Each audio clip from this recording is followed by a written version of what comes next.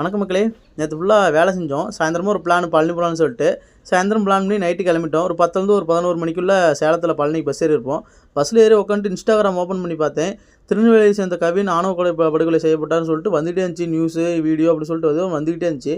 அதை நான் தள்ளிவிட்டு பார்த்துட்டே இருந்தேன்.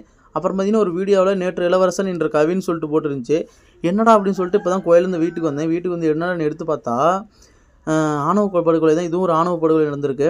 இவர் பேர் பார்த்தீங்கன்னா திருநெல்வேலியை சேர்ந்த கவின். இவர் பார்த்தீங்கன்னா சென்னை ஐடியில் வேலை செஞ்சுருந்துருக்கா. அப்படி சின்ன வயசுலேருந்து ஒரு பொண்ணை தீவிரமாக காதலிச்சிருக்கா. அப்படி 2 பேருமே வேறு ஜாதி அப்படின்னு சொல்லிட்டு தெரிஞ்சு தான் காதலிச்சிருக்காங்க.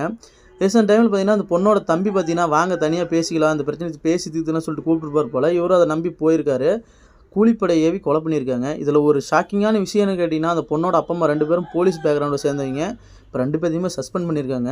தன்னுடைய அப்பா அம்மா 2 பேரும் போலீஸ்னு தெரிஞ்சிருந்தும் அந்த ஆணவ படுகொலை பண்ணியிருக்காரு. அவருக்கு எவ்வளோ தைரியம், தான் ஒரு மேல் ஜாதி அப்படிங்கிற ஒரு வக்கர புத்தியில் பண்ணியிருக்காரு.